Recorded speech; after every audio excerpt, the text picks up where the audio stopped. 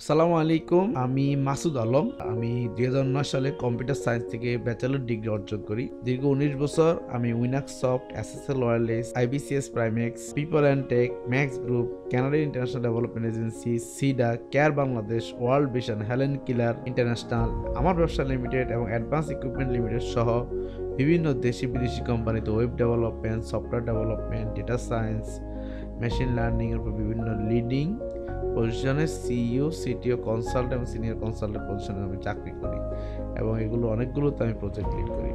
বাংলাদেশের যে 185 জন gen certified engineer রয়েছেন, এর মধ্যে 120 জনেরও অধিক ছাত্র আমার হাতে জেন সার্টিফাইড হয়েছেন। তো আজকে আমরা আলোচনা করব Zend certified PHP 8.2 engineering course বা জেসিপিই কোর্স কি। এটাকে আমরা বলি become a leader of the web development and grab the world's most prestigious PHP certification. প্রথমে চলুন আমরা কি বেনিফিট পাবো এই জেন সার্টিফিকেশন করলে।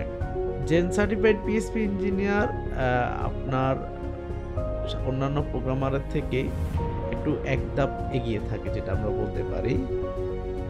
এতে সুবিধা হচ্ছে আপনার পিএইচপি নলেজ অনেক গভীর থাকবে। পিএইচপি কোনো বিষয়ে আপনার অজানা থাকবে না, প্রত্যেকটা বিষয়ে সুস্পষ্ট ধারণা থাকবে এবং সবচেয়ে উন্নত মানের কোড আপনার দ্বারাই হবে, যার জন্য সিলেকশনের ক্ষেত্রে আপনি অবশ্যই উন্নত থেকে এগিয়ে থাকবেন।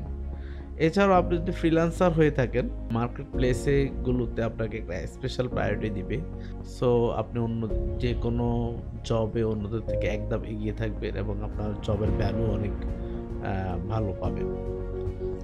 এছাড়াও আপনি যদি ফিউচারের পিএইচপি ফ্রেমওয়ার্কগুলো যেমন লারাভেল, তারপর জেন্ড, কোড গিটার, কেক পিএইচপি, ওয়াইআইআই এসব ফ্রেমওয়ার্কগুলো, অথবা আপনি CMS, WordPress, plugin development, theme ডেভেলপমেন্টের কাজগুলো ভালো করতে চান, তাহলে এই কোর্স আপনাকে বিশেষভাবে হেল্প করবে।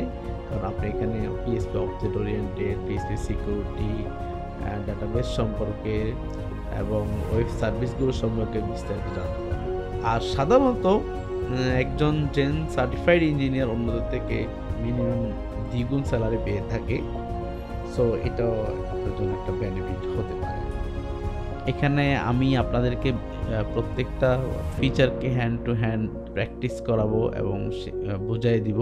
এছাড়াও এই কোর্সে মিনিমাম 800+ মক কোয়েশ্চেন্স থাকবে 10টা বিষয়ের উপরে জেন্ডের, এবং প্রত্যেকটা কোয়েশ্চেনে যেহেতু আমি এক্সপ্লেইন করে দিব, সো আপনি খুব সহজে এবং দ্রুত নিজেকে জেন্ডের জন্য প্রিপেয়ার করে নিতে পারবেন। সো আমরা এখন আসতে পারি যে এই এক্সামের কোশ্চেনের মডেল কি। এখানে 70টা কোশ্চেনের উপরে আপনাকে পরীক্ষা নেওয়া হবে। পরীক্ষার টাইম থাকবে 90 মিনিটস।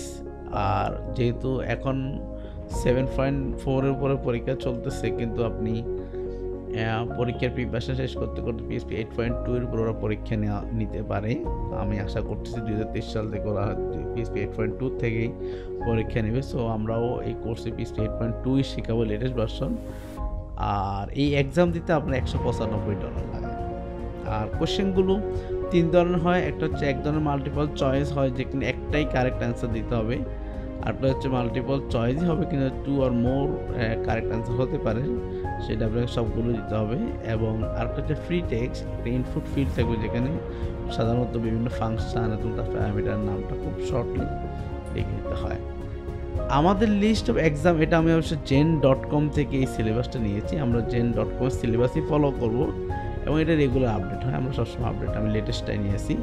এখানে আপনি লক্ষ্য করবেন 1 নম্বরে পিএইচপি বেসিক্স, যেখানে আমরা পিএইচপি বেসিকের plus, namespace, extension, configuration, bytecode caching, এগুলো আমরা শিখব। 2 নম্বর আপনি লক্ষ্য করবেন আমরা ফাংশন সম্পর্কে বিস্তারিত ডিটেলস জানবো। 3 নম্বর data format and types, XML, JSON, SOAP, date time, এগুলো আমরা এখান থেকে শিখব। ওয়েব সার্ভিসগুলো আমরা এখান থেকে শিখব।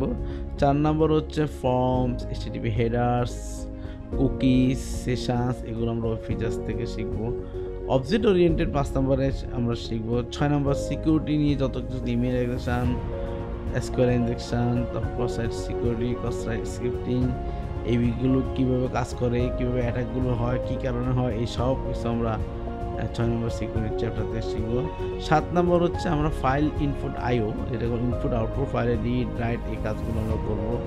8 নম্বর হচ্ছে স্ট্রিং নিয়ে, রেগুলার এক্সপ্রেশন নিয়ে, স্ট্রিং নিয়ে যত রকমের কাজ সব আমরা স্ট্রিং এন্ড প্যাটার্নসে শিখবো। 9 নম্বর হচ্ছে যদিও এসকিউএলটা পিএইচপির পার্ট না, কিন্তু পিএইচপি এক্সটেনশনগুলো খুব ভালোভাবে জানতে, বিশেষ করে পিডিও। সো আমরা পিডিও দিয়ে কীভাবে জয়নিং, প্রিপেয়ার স্টেটমেন্ট, ট্রানজ্যাকশান এগুলো হয়, এগুলো আমরা এখানে 9 নম্বর শিখবো। 10 নম্বর হচ্ছে অ্যারেজ সম্পর্কে আমরা ডিটেলস জানবো। পিএইচপি খুবই রিচ একটা ফিচার। এবং 11 নম্বর সর্বশেষ আমরা কীভাবে পিএইচপিতে এররগুলো হ্যান্ডেল করবো সেটা আমরা